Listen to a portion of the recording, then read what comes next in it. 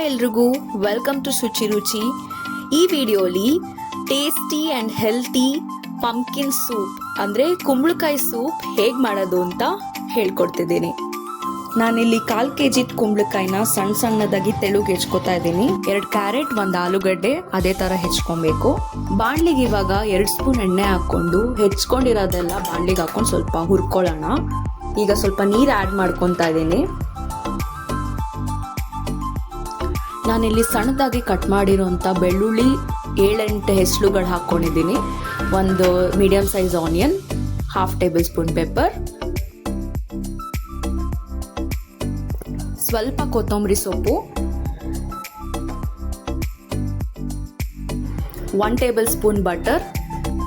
ಇದೆಲ್ಲ ಚೆನ್ನಾಗಿ ಮಿಕ್ಸ್ ಮಾಡಿ 5-10 ನಿಮಿಷ ಚೆನ್ನಾಗಿ ಕುದಿಯೋಕೆ ಬಿಡಬೇಕು.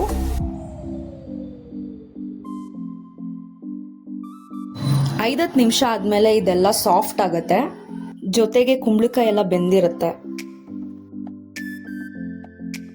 ಈ ಹದಕ್ಕೆ ಬರೋವರೆಗೂ ಬೇಯಿಸ್ಕೊಬೇಕು. ಸ್ವಲ್ಪ ತಣ್ಣಗಾದ್ಮೇಲೆ ಮಿಕ್ಸಿ ಜಾರ್ಗೆ ಹಾಕ್ಕೊಂಡು ನೈಸಾಗಿ ರುಬ್ಕೊತಾ ಇದ್ದೀನಿ.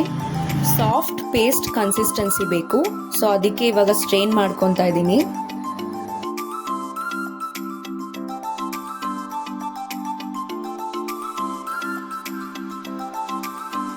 ಈಗ ಒಂದು ಬಾಣಲಿಗೆ 1 ಟೇಬಲ್ ಸ್ಪೂನ್ ಬಟರ್ ಹಾಕ್ಕೊಂಡು ನಾವು ಮಾಡ್ಕೊಂಡಿರೋ ಪೇಸ್ಟ್ ಹಾಕ್ಕೊಳ್ಳೋಣ. ಇದಕ್ಕೆ 1/2 ಕಪ್ ಹಾಲು, ನಿಮಗೆ ಎಷ್ಟು ಕನ್ಸಿಸ್ಟೆನ್ಸಿ ಬೇಕೋ ಅಷ್ಟು ನೀರು ಹಾಕ್ಕೊಂಡು ಮಿಕ್ಸ್ ಮಾಡಿ.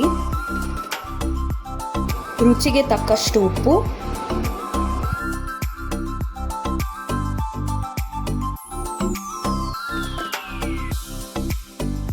ಇದನ್ನ 1-2 ನಿಮಿಷ ಕುದಿಸ್ಕೊಂಡ್ರೆ ಕುಂಬಳಕಾಯಿ ಸೂಪ್ ರೆಡಿ. ಈ ವಿಡಿಯೋ ನಿಮ್ಗೆ ಇಷ್ಟ ಆದರೆ ಲೈಕ್ ಮಾಡಿ, ಶೇರ್ ಮಾಡಿ, ಹಾಗೆ ಸಬ್ಸ್ಕ್ರೈಬ್ ಮಾಡೋದನ್ನ ಮಾತ್ರ ಮರಿಬೇಡಿ. Thank you for watching.